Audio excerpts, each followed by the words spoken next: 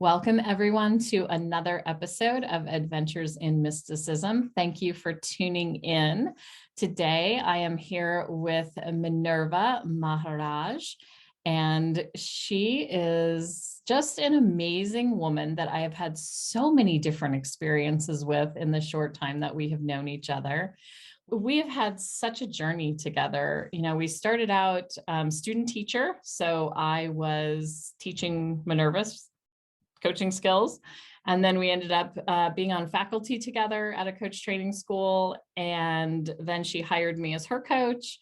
And then she started her own coach training school called Starseed. And I am now one of the advisors of the school.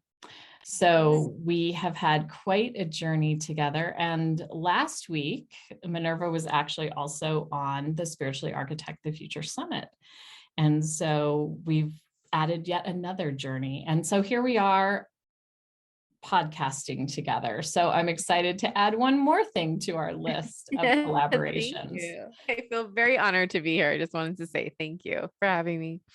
Of course. And what is so awesome is we've never met in person. Minerva lives in Canada and I'm in the States. That's so funny because it feels like you've been in every area of my life in some shape or form that when you say that, it's like, really, we haven't? Because it feels like we have met. Like it's been such a close relationship in so many ways. I would absolutely feel the same way. One of my soul sisters. Yeah, that's exactly how to say it. Yes, completely. Beautiful. Well, so Minerva, I obviously know who you are. Please tell the listeners who you are. Well, I am a certified spiritual coach. I am a professional certified coach through the ICF. I'm owner of Goddess of Wisdom Spiritual Life Coaching, as well as owner and founder of Starseed Academy Coach Training. And I'm on a mission to show the impossible. That's really what it comes down to. Since I was a little girl, when people said something wasn't impossible, I was like, why? It angered me. I didn't understand it.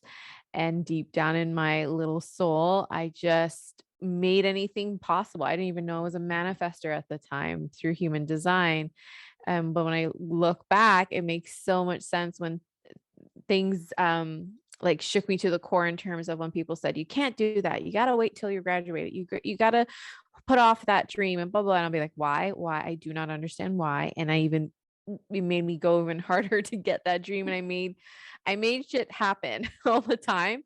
And basically that's what I'm on a mission to do. And it lines up to, I had a meditation years ago of what is my soul's purpose. And it's to show the impossible. And it didn't make sense until I really leaned into that more in my coaching program. I have a group coaching program called Live Your Impossible, is the essence of that. And really the essence of all the work I do, whether it's training spiritual coaches or working with my clients one-on-one, whatever you feel in your soul, whatever is pulsing and bursting within your soul is meant to come here into the physical. You're meant to live that out. So whatever feels impossible or you've been told is impossible is your possible. That's why the word itself says I'm possible. So I'm here to show you that, to facilitate that, and to show you how and to make it a reality. So that's me. That's what I'm here for. Absolutely. And you do that in your own life as well. So you're modeling it as well as doing it for others.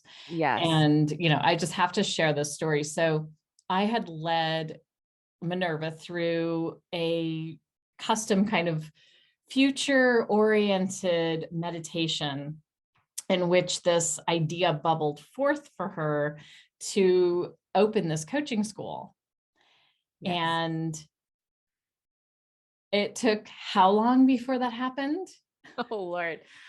I remember the date. It was January 13th. You facilitated this meditation. Mind you, it was the same day I found out I was pregnant. So much just unfolded that day. January 13th, I found out, and I shared everything with you right away because you're just the soul sis. I'm like, by the way, I'm pregnant. By the way, I'm opening a school. April 1st, everything, we opened the doors. We had people signing up the first day. So what's that? 1, 2, 3 months, about 3 Yeah. And months. this is you all, if you haven't created curriculum and you haven't done something like that, it's an intense amount of work to create an entire curriculum for a 6-month program that is detailed and that takes people through this journey of not just learning some coaching skills, but also of, their own personal development journey. Because if you're a spiritual coach, you kind of have to know who you are and have gone through some of your own trials and figured out some things so that you can hold that space for others. And then also to have that aspect of it that helps people to really get their business up and running. And so, to do that in the amount of time that it was done in, I was like, wow, look at what this girl can make possible. Yeah, thank you. Yeah, really true to that. And with help, right? Like I need the support, I need the help. And you were such a crucial part in that, with helping with the development of all of that. Yeah, I couldn't have done it without you. And yeah, it makes me feel, it makes me alive. Like my soul comes alive and I put my heart and soul and literally into everything I do. Um, yeah, so thank you for that. And it's so nice to hear that repeated back, because when you're in it, sometimes, even as a manifester, I know we're talking a lot about manifester stuff right now. Sometimes I don't understand the impact of it. And I'm sure you know about that. And there's days where, I have another teacher of the school being like, Minerva, do you not realize what you're doing in people's lives? I'm like, no, sometimes I don't know. And sometimes I need to hear it back. Right.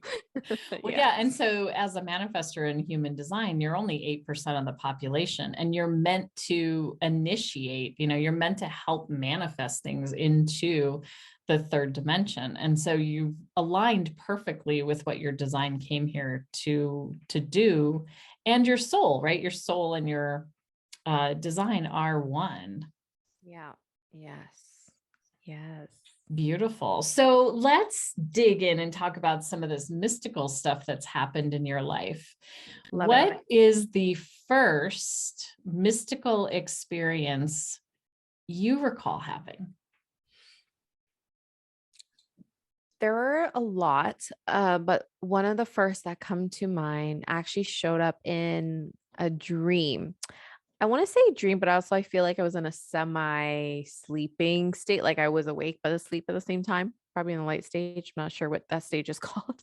Do we call that lucid dreaming? I think so. Yeah. I didn't want to say the wrong names. I know you had an expert who knows about dreaming and he was on the show. So yeah. So it was like that lucid dreaming. And there was this image of, the Price is Right when you do the big wheel. Mhm. So there, but it wasn't the Price is Right. So I was on this show in my dream and I spun this wheel, and really for a long time in my life, I never felt like it was the girl who won the prize. Do you know what I mean? Like I always Oh. miss the cusp on certain things. And so anyways, in the dream, it hit like the jackpot of the highest thing you can get on this wheel. And there was like confetti and everything. And I was like, ooh, I just remember this is one of the first dreams that really stood out to me. And it felt so real. Mm. And in that same day, now in my waking hours, I was in university at the time, didn't finish university, but I was in university at the time. And I ended up getting a call from, which I auditioned for. So I was expecting a call for the NBA Toronto Raptors dance pack. Now, since I was a little girl, I always wanted to be a dancer before I discovered my real calling as a spiritual coach. But for the longest time, I wanted to be a famous dancer and actress. And I had that dream the night or morning of. And then when I went to school, I got a call from the head coach of the dance team and says, congratulations, you made the team. And it literally felt like that, where it's like confetti was falling, and it was like, but it was almost like I was in the dream. You want to like scream, but you can't scream sometimes. That's how it felt in real life. But I was just so excited and overwhelmed, but I was just like, holy, like, it was just almost like I went into this warp, like a different zone when I got this, the news. So that to me, there was something going on, like forewarning and like a premonition, or tell me this is about to happen. It was just so aligned. And that's why I really lean into trusting my dreams. May not always be in the literal sense, but also sometimes it does tell me what's going on or what's about to happen or the deeper meaning behind my experiences. But yeah, that was one of those moments that really stood out for me of, tell me this is about to happen, and it happened. And it just felt like an outer body, not a human experience, if that makes sense. Yeah, absolutely. And you had dreamed, you had known it was going to happen, but not directly because of the way that the dream came. Yes. Yes. Exactly. Fantastic. So you mentioned, like, before I did what my soul wanted me to do, I was a dancer. I actually think we're multidimensional. And so, being that dancer was part of your soul's calling in some respect. And that was what was right for, like, divine timing, right? That was right for that time in your life. And then this is right for this time in your life. And who knows what you'll be making possible from the impossible 10 years from now. Oh yeah. I already know what's going to happen there in the future in that sense. But yeah, but it's so true. Like there was a while I would, look back on that because there were some negative imprints on that, like memories around, being in the entertainment business, around, weight issues and things being told to me, and the criticism, rejection, that takes a toll. So when the moment I had decided to leave, I mean, literally from when I was like, I can remember walking or dancing, I was 5, 6 years old. That's all I wanted to do my entire life. So it wasn't up until let's say from 6 years old to even I would say 5, because I would be dancing in front of everybody and like, everyone look at me. But I knew in my heart I wanted to do this for the longest time. And it wasn't until I was in my 30s when I got married, I was like, okay, something is just not lining up here. It's not feeling good. This can't be what I'm here for. And it was just mental, it was mentally draining. And I want to use the word torment in terms of, being in that industry for me, what my experience was like, and just what I was doing. It just felt, I just wasn't happy. It didn't feel aligned. I'm like, this can't be my purpose. This can't be what life purpose means. So what is that? And what am I meant to do? And I hope it's something I'm good at. And that's when I went on that journey. And then I had some, paranormal experiences there that affirmed my next path. So to go back to your first point of, yes, I believe that. Like I look back now, I can think of the fond memories and how it's got me to where I am today, and how much I had to go through that. It's part of my soul's evolution at that time. And now I could look back with some fonder memories, but there was a lot of healing that came out of that that I had to go through after, which then helped with me coaching other people. All the stuff that you look back on and you think it has a negative impression and memory of it, but that ends up being gold for the future in helping my clients and what they've gone through. First of all, it calls me to do the work and show up and go through that healing. And even from that experience and those tools and everything that's come out of that experience of my own personal development helps clients. But it's just funny how sometimes the things they come to you for was in direct relation to that, which I thought had, I'm not that I'm coaching dancers per se, but those lessons are brought forth and they are gold for my clients now. That makes total sense. I mean, the whole definition of alchemy is turning lead into gold. Yes. And my husband calls me an alchemist, and I go, why do you call me that? So that's a nice little affirmation. I love that word. Alchemy and alchemist. I love men who see strong women and magical women and aren't afraid to just name it. Yeah. Yeah. He's definitely like that. I'm very, very lucky for that. Yes. Awesome. So you mentioned you had some other paranormal experiences. What would you say was your like kind of most impactful one? One of the most impactful one, if not my favorite to this day, was actually I mean, I did some other training before I went through the training with you at another organization. And it was the first life coaching certification I went through. And the night of my exam, I had a client coming to do my final exam. I had to just do this like case study or whatever. And I remember it was around 3 o'clock, between 3 and 3:30. And I had some time before my client came. And I was like, okay, I'm going to take a little nap. Come to think of it, a lot of things happen when I'm about to go to sleep. um, just as I'm talking about this. But my grandmother was in the hospital at the time, and I knew it was near the end. We were starting to say our goodbyes and stuff. But I had this last exam, and somehow, and even my client's like, "Are you sure you don't want to reschedule?" And I go, something in me was like, I could do it. Like, it's almost like my grandmother was telling me, don't cancel for this. It's almost like my grandmother's like, don't cancel for death. Like, are you crazy? Like, just do this. So, anyways, I went and I took this nap. And again, I know I wasn't sleeping, but I had her come to me just as I was about to drift off. And she came to me in the most, she showed up in the stronger, healthier image of what we last saw her as. And I could hear her voice. I could almost like see her, feel her. She came to me and was like, remember me this way. And I Oh, said, okay, grandma. And then she went away. I remember exactly what she was wearing and everything. She went away and I drifted. I'm like, okay, I'm going to go to sleep. I slept for like 30 minutes or something like that. When I woke up, I got a text from my cousin that says grandma has passed, or I can't remember. Yeah, it was a text because I remember the time. And the time that she said grandma passed was the time she came to me. right.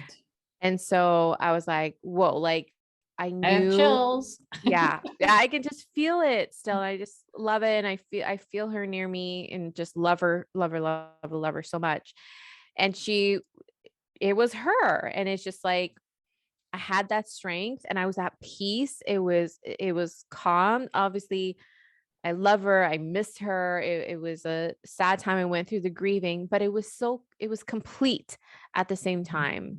So it was just such a beautiful affirmation, and it didn't make it feel so scary during that time because it was one of the first passings in our family or someone really close to us or me.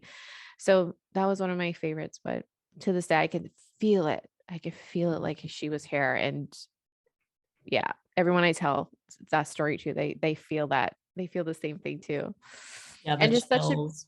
yeah. And then I also had somebody do a reading at it's funny enough, I was teaching at a, a retreat, and they had a medium come in and they invited me to stay. I was like, sure, I love mediums, like love mediums. And I was like, it's funny enough because I didn't really get my grandmother after she passed. So I Mm. always questioned, maybe she's complete and like, she knows a lover. But I was surprised I wasn't getting more of these experiences once she's crossed over. And so I said going into this, I'm like, hey, grandma, if you're here, like, let me know if you can see my kids, like see my daughter. I just had my daughter at the time. And I was sitting in the circle and I really just kind of like sat back a bit because of, it was for the people who had paid and, the participants who enrolled in this retreat. And the medium said, you have someone standing over your shoulder. And she says she's really proud of you and your kids, your daughter. She said kids, but I knew wasn't even pregnant with my Yeah. second. Actually, I was just pregnant with my first, actually. So it was just, I love those moments because I do believe there's life after death. And those affirmations are just so nice to experience it, but also have people affirm that for you too. Oh, absolutely. That's such a wonderful kind of last parting with your grandmother too. Yeah. Yeah, that's beautiful. Thank you for sharing that with us. Yeah, no problem. I love going down those memories. And I feel like she's even here as I'm talking about it now. And sometimes she comes as a butterfly. Like I see the monarch butterflies floating by her and my grandpa. It's so Yeah. interesting how people who've died like choose a thing, right? That you Yeah. see. So for my father, he passed in 2020. It's sunflowers. And like, it's weird. I'll be thinking about him and then I'll go out and get the mail. And like, I open a magazine and there's like a sunflower field picture in it. Right. I love that. And yeah. And then after he died, we didn't have sunflowers in our backyard, but after he died, he died in April, and in May, a sunflower grew up right in the middle of the backyard. Whoa. And you didn't plant that. We did not plant that. No, I Now, love I mean, you could technically say like the neighbor 4 houses down had sunflowers. So like, sure, a sunflower could come get there, but why didn't it 4 years ago or 5 years ago? Why was it just this year? Yeah. And so it was it's interesting because I'll see just little sunflowers all over the place. And it's like, oh, there's Dad saying hi. Yes, because they're still here in physical, in the non-physical, in their purest form, really. So still energy here, and that energy could translate or show up in other ways. So I do feel like they're here and they can speak to us in other ways. Absolutely. And So what have all of your paranormal experiences done for you? Good question. A lot's coming up, so I'm just thinking of how to like convey this. For me, it affirms a deeper knowing. And I think since I was a little girl, or I know since I was a little girl, I had the big questions and a deeper knowing of there's something more here. Why am I here? There's a purpose. I feel like I remember things from past lives, or I can tune in to more than what everyone is saying or what meets the eye. So those paranormal experiences affirm that there's something more, there's something greater, there's something beyond. And also just affirms just how beautiful this orchestration of life is. And that we're not alone, and that we're supported, and that things are in divine order, even with tragedies, quote unquote tragedies and struggles. And there is a way, and it's very calming to know. So it doesn't feel like you're alone. And if you feel like you're alone, to me, that's very depressing. Like for me, there was a moment where I didn't believe in all of this, and I had to go through that to get to this point. I didn't believe in God, and I grew up as like Roman Catholic, and I questioned everything. I threw away everything, and everyone laughed at me. But I had to go through that to understand that there is something more. So my new favorite show right now is Life After Death with what's his name? Oh gosh, why is it slipping my mind? Tyler Henry. Love him. So he reads spirits. He's a medium. And so when I hear those things, like I guess I was always intrigued about death as well and what that really means.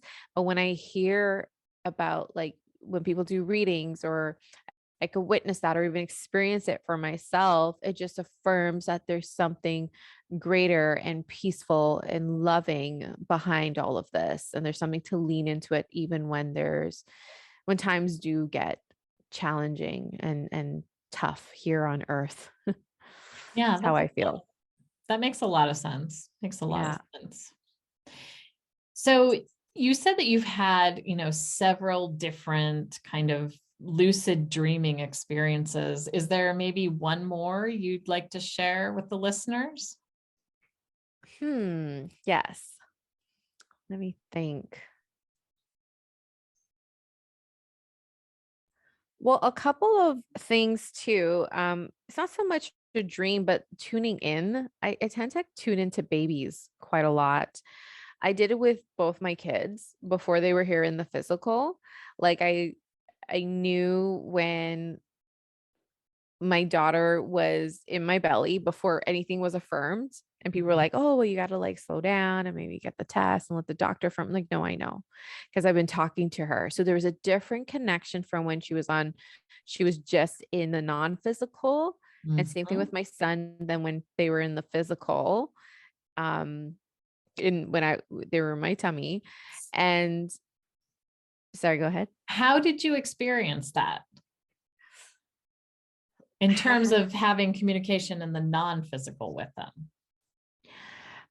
I think meditation helps me with that and my deeper connection within myself and with source, but I could just tune into the energy. I just breathe into it and I could just ask like, are you here? Like spirit baby, like, are you coming and what's going on? Like with my son, I felt like he took in human terms, took a little longer, but he's here in divine time. But there's a moment of like, are you coming? Is this going to happen? And it's just like, it's not time, mom. So the way I feel is like, I literally just feel almost like a energy here, like always near to the side here. And I remember distinctly even on a walk, and it was almost like he came closer and closer.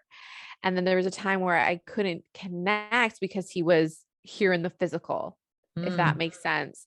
So I could sense it here. And when it's in the physical, I could connect, but it was different. And I also know when there was a process going on in with his physical being, where it's almost like sometimes like just be with it and not trying to communicate it with it. So it's only almost like telepathically sometimes I could communicate. And another example of that is like for my daughters, I have a daughter and son. I know I'm going back and forth about my daughter and son. My daughter was born first, and then my son came last year. And then the first time going for an ultrasound, and they didn't hear a heartbeat, but I just knew she was here. And as a first time mom, if this is triggering for anyone, I understand. I send you so much love because it is hard for some people. And I understand that. So when they said they didn't hear a heartbeat, your first reaction would be like, oh my God, is everything like, oh my God, maybe the baby's not here. But I just had this calmness and knowing like everything's fine. But the way that the technician, she had no bedside manner, was just like, well, I don't know why you came so early. First, she was acting like there's no baby here. And then I was like, pretty sure. And she's just like, well, it's not to say it's not here. She eventually ended up getting softer about it. It's like, you just need to wait a couple more weeks before you come back. But anyways, I remember going to the washroom and then kind of like washed up and whatever. And I talked to her, my daughter, and I was like, are you here? And is it a boy or girl? And she's like, I'm here, mommy. I'm a girl. And so I knew everything that everyone's going to end up telling me. Right. And our tests were going to affirm. I was like, I already knew. Right. So it's just like the way I've experienced it, I just call it up and I just tune to it. I feel it. Everything is silence and I really trust it. And the more I lean into that and listen to it, and the energy, the more it's affirmed. Also, I just trust it. I don't know how to explain that. I just have this trusting knowing about it. And I trust what they're saying. And it's affirmed in the physical. So that's sort of like how I experience it. And even now when they're here and they're not feeling well, I literally, and sometimes, especially my son who can't speak yet, obviously he's only, I shouldn't say obviously, but he's 6 months, can't speak yet, but I can just tune in like what's going on. And it's like his tummy's hurting and then I'll help him with his tummy. And then when that's relieved, he's happier. So it's like tuning into energy is really what it just comes down to. Right. And just that makes total sense. So I was living with a girlfriend of mine while I was having a house built and she was pregnant. And her child and I we were like connected. And I knew he was going to be a boy and I knew he was just going to be like the most adorable little thing. And he came out and we were like, I knew him somewhere, right? Yes. Because he could telepathically communicate with me. Yes. And so I would tell her, I'm like, he doesn't want the peas. He's going to throw the peas around. He wants peaches tonight. And she's like, really? Yes. Yeah. And I was like, yeah. And I mean, we have, until he got to the stage where he wasn't like in that energy anymore, because they kind of grow out of it. They, spend time with their friends and stuff, but he would come down and like crawl in bed with me. And he would want to snuggle with me. And she's like, this is Mike. And she's like, I had your kid. She's like, I had your kid for you. You're like, thank you. I didn't have to go through the labor pain. I was like, yeah, I love this. But Yeah. we would sit and have these conversations at the dinner table. Cause I'd be sitting there and I'd be like, what are you doing? He'd be like, what are you doing? Yes. And you connect more because you understand energy. Like it's and you can speak at their level, you get them. And everything is energy. We're all energy. And even my husband to this day will be like with my daughter, who's almost 4 and has, those beautiful tantrums. Some days he'd be like, how did you do it? Like, I could just diffuse it quickly. I'm like, I just understand her energy, and I could just speak to her, even though she can have the meltdown, the big expressions, and that's okay. I can get underneath that and tune into the energy, and then it's easier to tame or handle or Alchemize. alchemize. That's the word. Yes, exactly. Energy just comes down to energy, and to bring it back. And I'm loving these conversations, but to bring it back to what you were asking is like how could you tune into it? It just comes down to energy, just practicing and becoming just practicing tuning into energy, your own energy, other people's energy. And it just keeps getting affirmed and becomes easier to the point where you don't even have to try so hard. You just close your eyes, tune in. Once you silence and you connect, anyone can do it. You can pick up on it. Yeah. And it doesn't even have to be a person. So Right. to find things, I will tune into the energy of them. I have a friend who he calls me a witch, but he's like, because he'll call me, he's like, where's my wallet? And I'm like, it's on the side table next to your living room. And he's like, how do you do that? And I go, because I know the frequency of your wallet. So I just tune it, like, where is it? Right. Yeah. Yeah. Just like honing in on, like, if I know the frequency of something, I can pretty much find it anywhere. Yeah. Yeah. I love that, because it's so true. Like, even if something came up the other day about like losing kids in the crowd. And I was like, oh my God, what would I do? Like, just panic would set in. But, I was first thinking in my mind, I was like, I would just tune into my daughter's energy and I would know exactly, hopefully this never happens, but if it does, energy, you're so right. I'm going to try. You do that with food, right? Yeah. I do that with like, where should we go? Do I even want to be, do I want to be around this person? Should we go to this restaurant? What do I want to eat? Should we go down this road? And just tuning into that energy, it'll guide you to what feels good and more of what feels good, I believe. Yes, absolutely. Well, I loved hearing your stories today, Minerva. And I'm just curious, is there anything else you would like to share with our listeners today before we close? Around energy? Well, around any mystical experiences you've had, or anything, paranormal, mystical, galactic. The only thing that came to mind as well is we may have shared this. We did share this in the summit, but also another one of those out of the world experiences is when we facilitated that meditation and you unfolded the school, which I discovered the school. And did we talk about that at the beginning already? Well, a little bit. A little bit. Yeah.